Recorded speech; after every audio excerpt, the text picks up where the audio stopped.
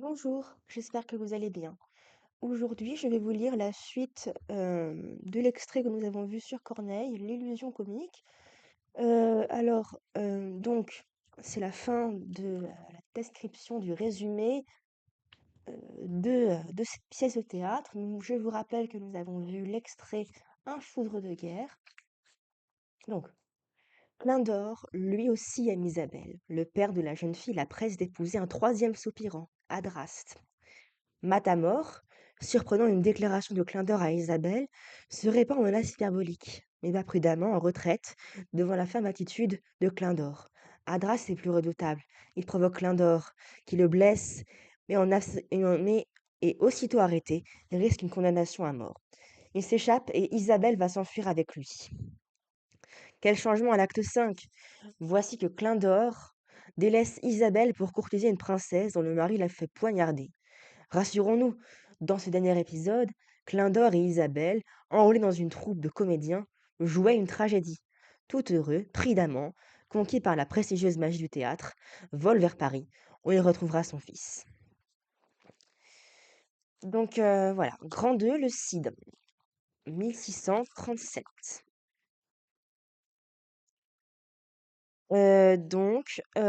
Introduction. Avec le Cid, Corneille n'épilogue plus sur la magie du théâtre, il la met en action. Il prend conscience de son véritable génie au contact du drame espagnol. L'honneur castillan, romanesque, éloquent, exalté, révèle au poète le type d'humanité auquel il aspirait confusément.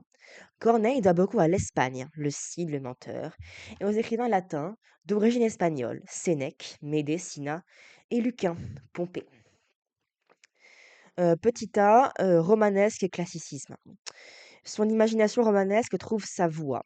Des Mocedades del Cid, Enfance du Cid, de Guilhem de Castro, pièce publiée en 1631, Corneille tire un chef-d'œuvre jeune et enthousiaste qui conquiert aussitôt tout Paris. Cette tragicomédie est en fait notre première véritable tragédie classique et reste l'une des plus grandes. Mais elle garde un accent vibrant, spontané, des audaces qui font l'une des plus grandes qui font d'elle autre chose qu'une grande œuvre classique. Jamais notre théâtre n'a été si près d'avoir son Shakespeare. Avec la fougue de la jeunesse et du génie, Corneille bouscule les bienséances et plie les relations d'inspiration. Rien de compassé dans le Cid, une ardeur chevaleresque, des souffles de nuit d'Espagne, de l'ordre sans régularité. Petit b, la querelle du Cid. Aussi pédant et jaloux, se déchaîne contre cette pièce. Dans ses observations sur le Cid, Scudéry se plaint du sujet qu'il trouve mauvais, des empreintes à l'auteur espagnol, des libertés prises avec les règles. Guy de Balzac prend la défense de Corneille. L'Académie rend alors sa sentence. Selon Chaplin et ses confrères, la pièce n'est conforme ni aux règles ni aux bienséances. Elle ne se laisse pas cependant d'être séduisante. Sentiment de l'Académie sur le Cid, 1638. Retenons surtout ce mot de Balzac, l'état Scudéry. Corneille a un secret qui a mieux réussi que l'art même. Grand 3, Horace, Cinna, 1640, Polyeucte, 1642. Corneille a mérité les critiques de l'Académie. Il donne en 1640 deux tragédies romaines, Horace et Cinna, rigoureusement conformes aux règles, moins tendres et plus austères que le Cid, mais parfaitement accomplies. Après l'honneur castillan, il peint la grandeur romaine dans tout son éclat, confère Balzac. Polyeucte confronte à cette grandeur romaine la grandeur chrétienne.